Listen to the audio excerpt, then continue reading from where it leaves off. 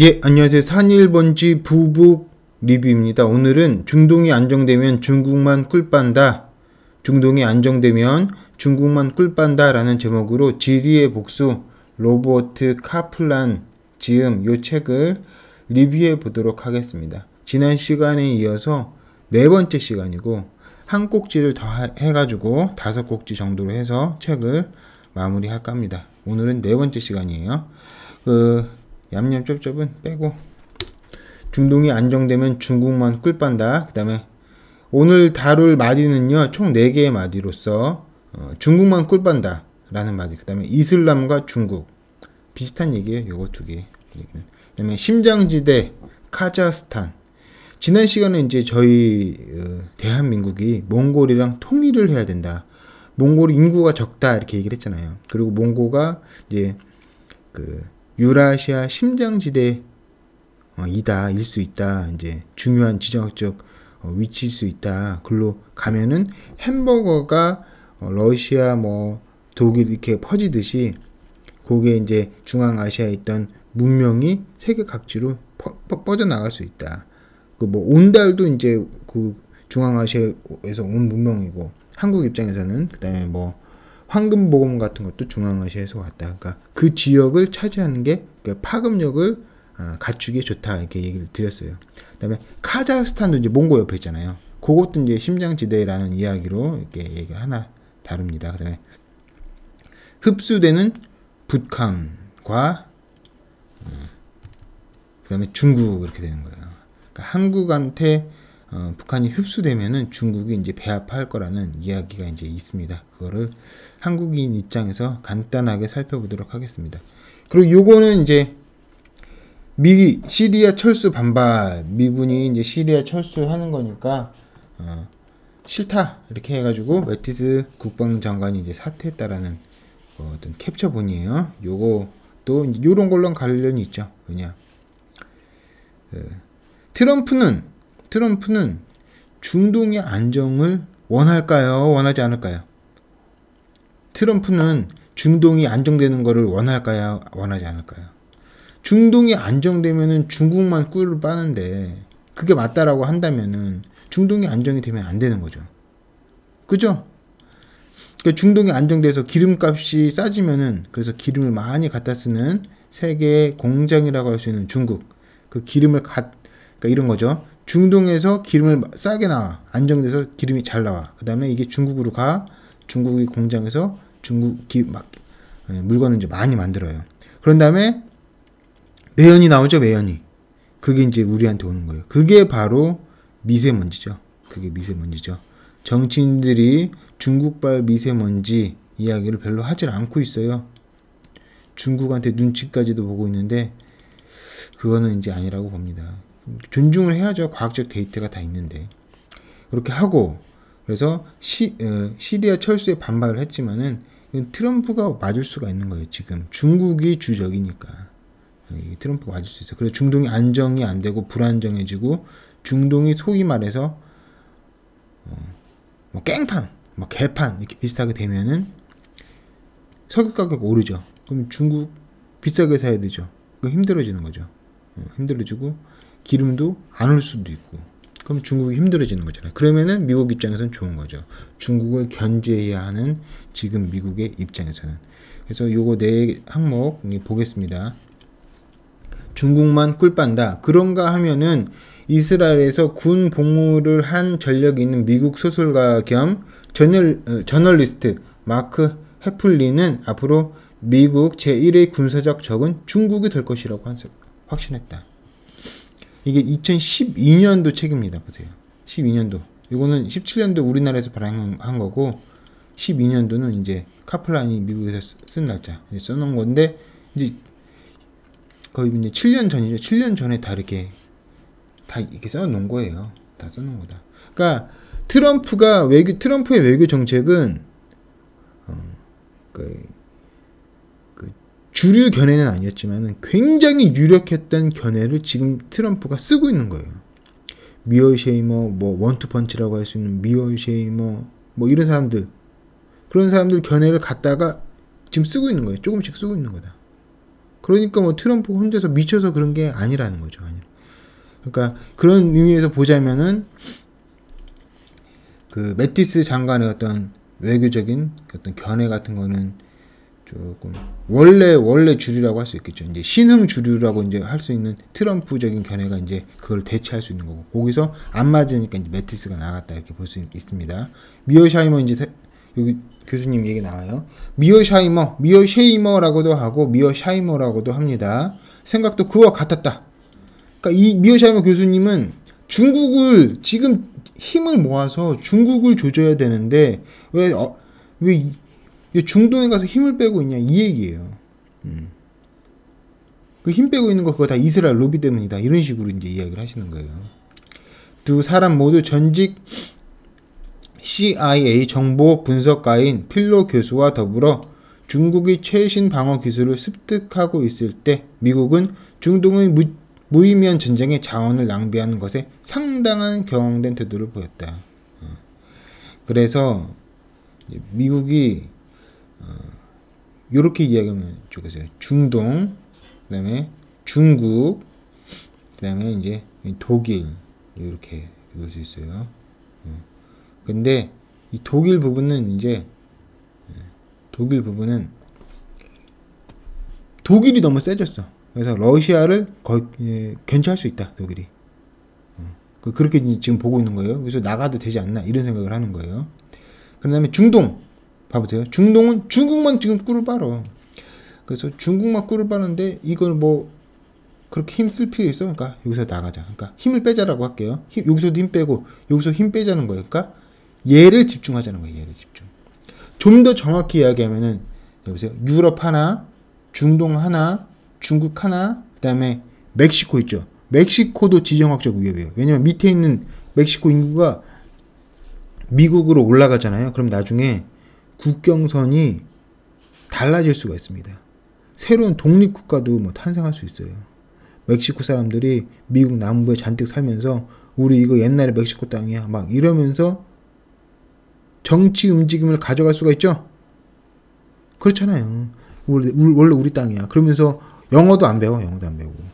멕시코 말 그 문화가 계속 써 있고, 그리고 국경만 조금 넘어가면은 멕시코에 이제 또 다 있으니까 편하고 그게 이제 특수 지역인 거예요. 그래서 정확히 이야기해 볼게요. 유럽 하나, 중동 하나, 중국 하나, 그다음에 멕시코 하나 있잖아요. 국경 하나. 그 네 개 중에서 미국 힘 빼. 미국이래. 유럽 쪽 힘 빼. 여기 힘 빼고 중동도 힘 빼. 그래서 멕시코 힘 빡 주고. 그래서 지금 장벽 세우려는 거예요, 트럼프가. 그게 다 트럼프가 미친놈이라서 그런 게 아니라 그 이야기가 다 원래 있었다고. 지금 여기는 이제 중국 이야기를 하지만 멕시코도 이제 나중에 뒤에 나와요. 내일 이제 특히 그게 중점 둬서 이야기를 할 텐데, 다른 데 다 힘 많이 쓰지 말고 힘 줄 때 팍 주자. 멕시코랑 중국. 그러니까 지금 중국에 힘을 줘야 되니까 뭐 주한미군 철수 이런 거는 말이 안 되는 거죠. 그러니까 트럼프가 뭐 천방지축으로 보니까 불안하니까 뭐 주한미군 철수하지 않나 뭐 이렇게 볼 수 있지만은 큰 흐름의 어떤 대표 주자다. 그러니까 새로운 국제 정치관의 대표 주자로서 트럼프를 바라보게 된다면은, 아하, 트럼프는 지금 다른 사람이 이야기했던 거, 미어쉐이머 이런 사람들이 이야기했던 거, 현실주의자들이 이야기했던 거, 그런 사람들 따라가고 있네. 이거를 이제 받아들이게 되면 그러면 뭐 여기서 유럽에서 힘 줄이고, 중동에서 힘 줄이고, 중국에서 힘 주고, 중동은 힘을 줄이고 중국에 힘을 주고, 중국이 제일 주적이라고 하니까 멕시코에 힘 주고, 지금 멕시코 힘 주고 있잖아요. 그리고 중국도 무역 제재로 힘 주고 있잖아요. 그렇게 가고 있는 거니까 트럼프는 지금 트럼프 스타일로 가고 있는 게 아니라 최근 근년간 유력했던 국제 정치학적 견해에 따라가고 있는 거예요. 근데 그거에 트럼프 맛을 내기 위해서 트럼프 양념을 이제 좀 친 거죠. 친 거지만 기본적으로는 이렇게 큰 흐름 생각의 군과 같이 가고 있다. 이렇게 볼 수 있습니다. 그러니까 트럼프가 미친놈이 아니라 이렇게 어떤 그렇게 생각하는 사람들이랑 같이 움직이고 있구나. 이렇게 보신다면은 주한미군 철수가 굉장히 먼 이야기라는 거. 먼 이야기. 나중에 중국이 망하면 철수할 수 있어요. 망하면. 러시아가 망하니까 이제 여기 힘 빼는 거고. 이해가 되시죠? 이해가 되시는 그 명확한 거예요.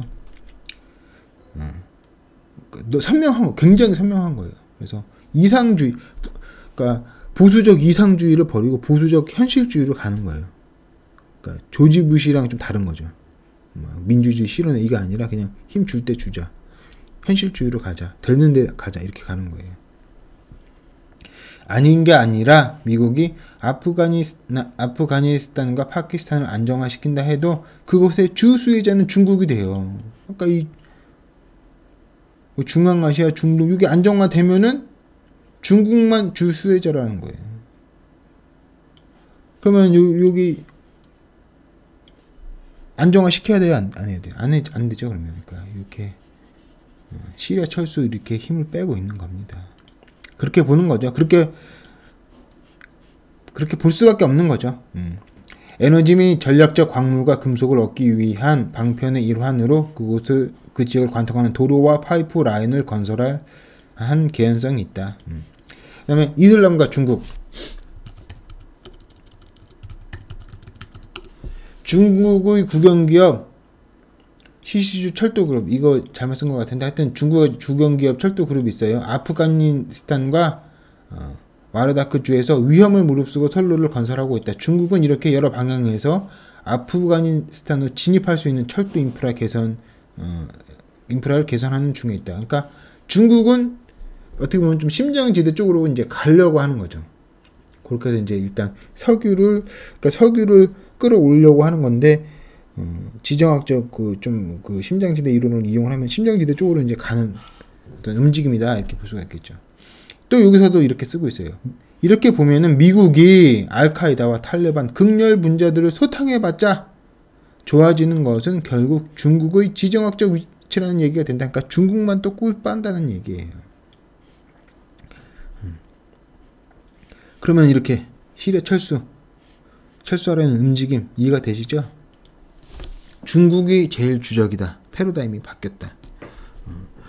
좀 개입하는 이제 보수주의, 뭐 이상적 보수주의가 아니라 낄 때 끼고 빠질 땐 빠지자.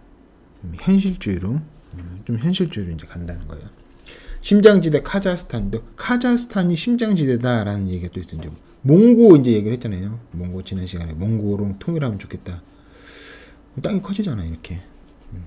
그다음에 카자흐스탄도 있는데 카자흐스탄은 인구가 이제 많아요. 이쪽까지도 이제 가면 좋겠죠.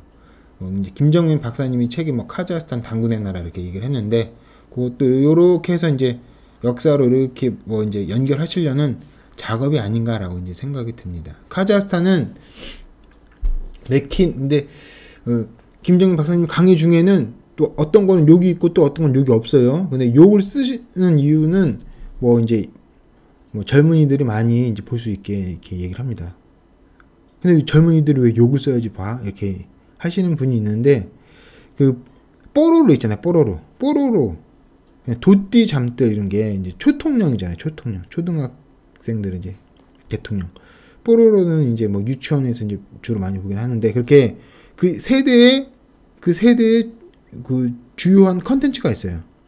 청소년도 저도 청소년 때는 욕을 굉장히 많이 했어요. 그 이제 또 이제 남성 중학교 이제 중남자고 나왔기 때문에 욕을 많이 한다.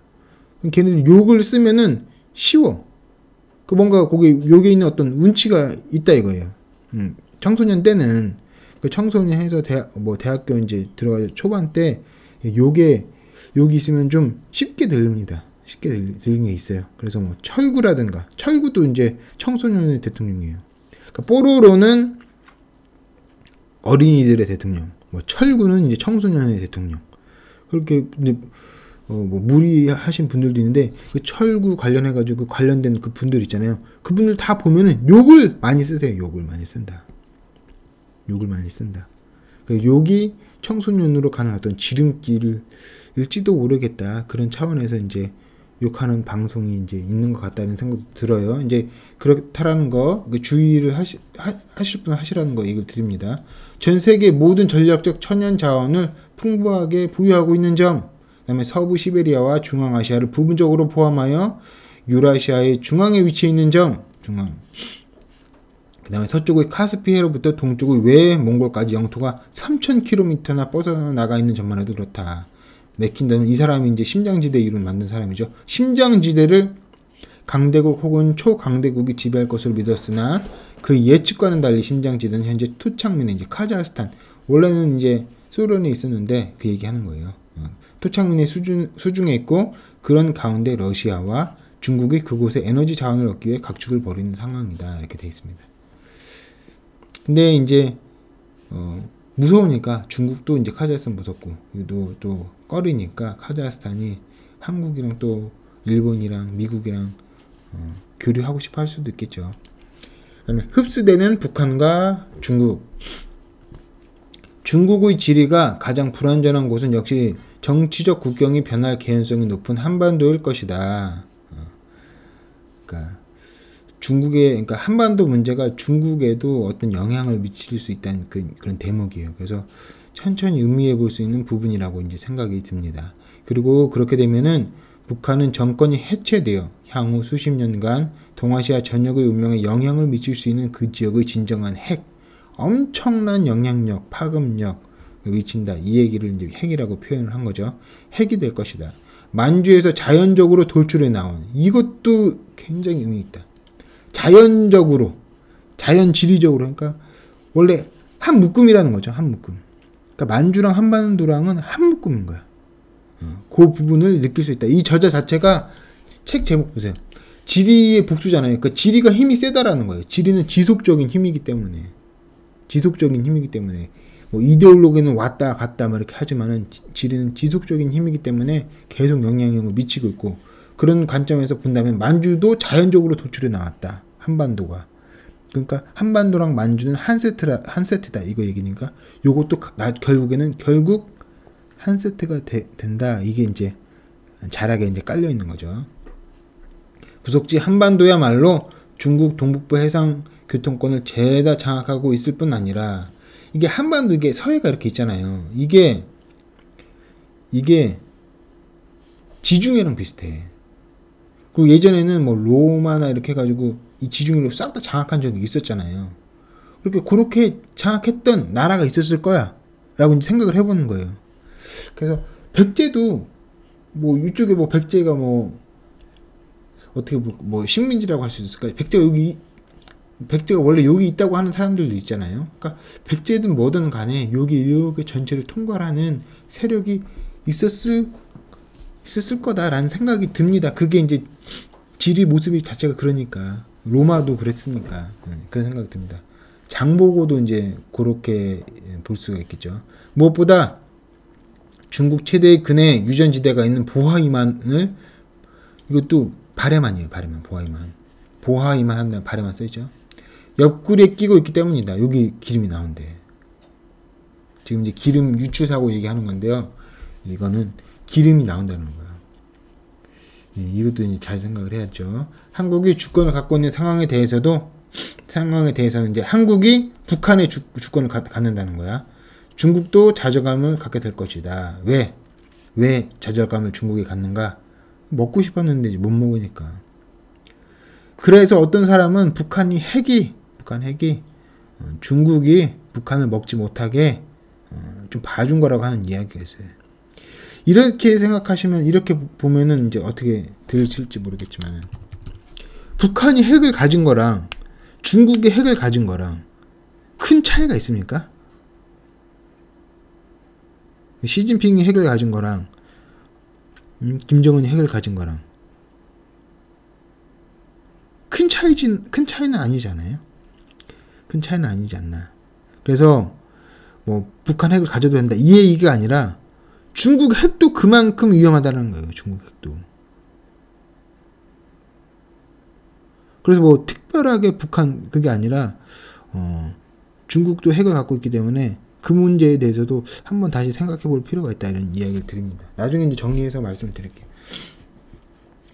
그래서 중국이 김정일과 김정은의 스탈린식 정권을 지지해 준 것도 그들이 좋아서가 아니라 러시아와 가까운 태평양의 출로, 태평양으로 이제 이렇게 가고 싶은데 막힌 거죠. 이렇게. 더불어 북한의 지리에 대한 욕심이 컸기 때문이다. 욕심. 동북공정, 북한 먹고 싶어서. 근데 못 먹게 될 거다, 이렇게 이제 저자는 보고 있어요. 중국은, 그러면서 저자는 이야기를 해요. 모든 통일이, 근래에 일어났던 모든 통일이 다 소란스럽고 막 난리고 갑자기 확 이렇게 됐다라는 거예요. 그래서 한국도 북한과 통일할 때 그런 식으로 될 가능성이 있다, 이렇게 얘기를 해요. 급변 사태라고 하죠. 북한 급변 사태. 중국은 이렇듯 중앙아시아 심장지대로 들어가는 것과 더불어 동남아시아와 한반도가 속한 스파이크먼의 주변 지대도 큰 영향을 미칠 개연성이 높다. 그러니까 이 부분은 이제 아까 이야기했던 뭐 파키스탄 그런 거는 이제 중앙아시아 쪽으로 간다. 심장지대 쪽으로 가는 거라고 할 수 있고, 한반도는 뭐 주변 지대라고 이제 할 수도 있고, 그 다음에 뭐 남중국해, 뭐 도련선 막 이런 거 있잖아요. 그건 이제 바다를 이제 강조하는 어떤 관점. 그래서 뭐 지정학을 보는 관점, 심장지대 중심론, 그 다음에 주변지대 중심론, 그 다음에 바다 중심론 이렇게 있는데 1대1로 뭐 이렇게 얘기를 하면서 중국도 이 세 개에 대해서 다 강조점을 주면서 움직이고 있다, 이렇게 볼 수 있는 거죠. 그래서 이게 쓴 거예요. 그래서 이렇게 쓴 거예요. 그래서 이제 끝이고 정리를 해보면은요, 중국은 북한을 먹고 싶어 한다. 근데 못 먹을 거다. 그 다음에 만주가 자연적으로 돌출했다. 요게 이제 잘하게 깔린 거다. 만주랑 한반도랑 세트로 움직일 가능성이 크다. 그다음에 카자흐스탄이 심장지대일 수 있다. 몽고도 심장지대일 수 있다. 요렇게가 이제 심장지대일 수 있다. 이렇게. 그래서 한국은 지금 뭐 교육은 잘 하니까 몽고 쪽이랑 이제 카자흐스탄 쪽, 만주 쪽 이걸 이제 생각해 보자, 이렇게 할 수 있고. 그래서 한국의 기독교가 몽고에 퍼지고 카자흐스탄에 퍼지면 여기서 햄버거가 쭉쭉쭉 뻗어나갔듯이 선교적인 관점에서도 잘 뻗어나갈 수가 있어요. 원래는 지중해에서 깨작깨작 기독교가 있다가 이렇게 넘어간 거잖아요. 그 다음 로마, 뭐 영국, 미국, 그 다음에 한국 이렇게 온 거잖아요. 한국 기독교가 중국에서도 이제 안 됐고 일본에서도 안 됐고, 한국이 중국과 일본의 차이점을 만들어주는 게 이제 한국의 기독교라고 할 수 있죠. 그 부분을 이제 강조해야 된다고 저는 생각을 합니다. 일본이랑 달리 한국은 기독교도가 많아. 중국과 달리 한국에는 기독교도가 많아. 차이성을 주잖아요. 그렇게 이제 결합을 해야 되고, 요게 몽고에 가고, 또 이제 뭐 카자흐스탄에 가면 여기서 햄버거가 세계에 뻗어나가듯이, 햄버거가 러시아에 뻗어나가듯이, 황금보검이 뭐 한국에 왔듯이 잘 이제 뻗어나갈 수가 있겠죠. 그 다음에 중국, 이슬람이 이제 안정이 되면은 중국이 꿀을 빤다. 소위 말해서 꿀을 빤다. 수혜자가 중국만이 된다. 그래서 제1의 적은, 그 다음에 이제 중국이 중국을 견제한다라는 트럼프의 어떤 현실주의적인 태도, 그거는 트럼프 개인의 생각이 아니라 그런 집단이 있다라는 거예요, 집단. 그러니까 이 사람은, 트럼프는 최신 유행하는 현실주의고, 보수적인 그런 관점이고, 매티스는 옛날 관점이고. 최신 유행하는 관점이 2012년이잖아요. 몇 년 지나가지고 이렇게 나온 거예요.